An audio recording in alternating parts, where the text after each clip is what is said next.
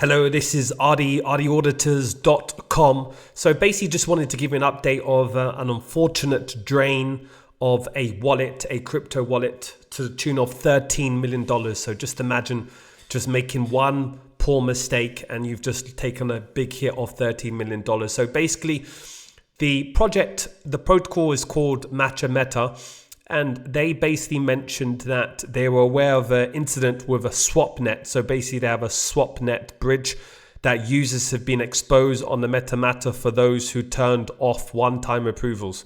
So basically they were in contact with the swapnet team and they have temporarily basically disabled their contracts, and they're investigating the situation. So what they actually basically said was they've confirmed that the nature of the incident was not associated with OX allowance holder or settler contracts, but it was basically the interaction between Matcha and Meta via one-time approval are basically thus safe. So users have disabled one-time approval and have set direct allowances on individual aggregator contracts, assume the risk of each aggregator. So essentially what has basically happened is they had the protocol they were using, they set up an approval, but it wasn't a one-time approval.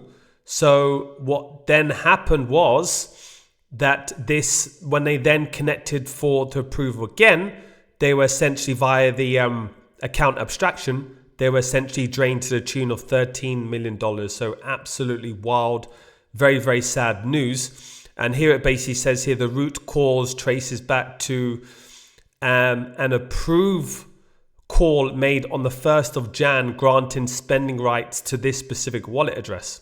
Okay. And the attacker from this address exploited the stale approval and siphoned the entire amount. So this approval wasn't revoked, which basically meant that anytime that they would connect to that wallet again, they can basically just drain those funds. So the post-drain behavior, as you can see, funds swapped from WITH to ETH. So wrapped ETH to ETH, rapid transfers across multiple wallets, splitting funds to create transaction web and complicate tracing. So you can basically see this in information here. So this is basically the spender, the address, and then you can basically just see the movements exploited here. Funds were actually moved out, $13.3 million moved out to the SwapNet exploiter. And this is the SwapNet exploiter. It currently has $3 million on USDC, and it has 1.5 million in ETH. As you can see, if we take a look at token transfers, see what pulls up when it wants to load. So you can actually see 16 hours ago, there were some funds that basically, you can see the split that's taken place. So it split those funds, and basically, the aim of this is to basically to minimize or to obfuscate the flow of ensuring that it's difficult to track the funds, and hence they're using this splitting mechanism for this, as you can say. So this took place 16 hours ago. This specific wallet is the hash transaction, so you can be able to see what actually happened via the SwapNet router.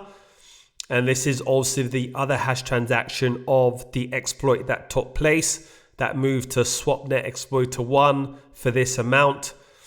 So this is just a sad situation. So this is Matcha. This is obviously you can see, I will add all this information in description. So just as a point of call, very, very important, if you're using any bridge platforms, if you're connecting your wallet to any protocols, really please make sure that you actually revoke the approvals. Make sure you can actually track to make sure that you're not granting spending rights.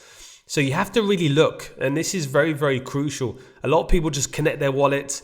They don't really care about the OPSEC, right? Understanding about the security that's taken place. So even if you're not involved in cybersecurity, you don't have that specialist, anyone that has this amount of funds, you need really, and especially in a hot wallet, you really need to be very, very careful of the transactions that you do.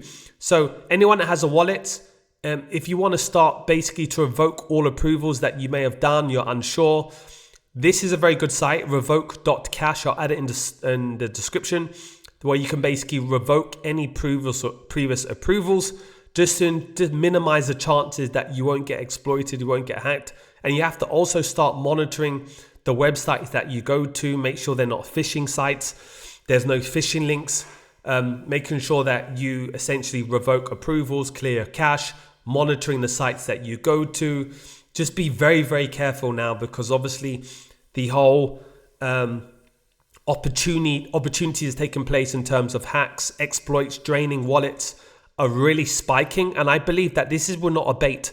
We're only in 2026, the first month, right? 26 days into the year. And already we're seeing there's probably another 2 or 3 that's actually happened within the last few days, which I'm actually going to just give you some coverage. So just as a summary, please make sure you revoke your approvals. Be very, very careful of which sites you use. If you need any help with us doing an OPSEC on your whole protocol, if you need your smart contracts audited, if you need your front end penetration testing, back end done, reach out to us. We'll help you. We have phenomenal reputation in the space. So yeah, please make sure you like, subscribe and follow. Bye-bye.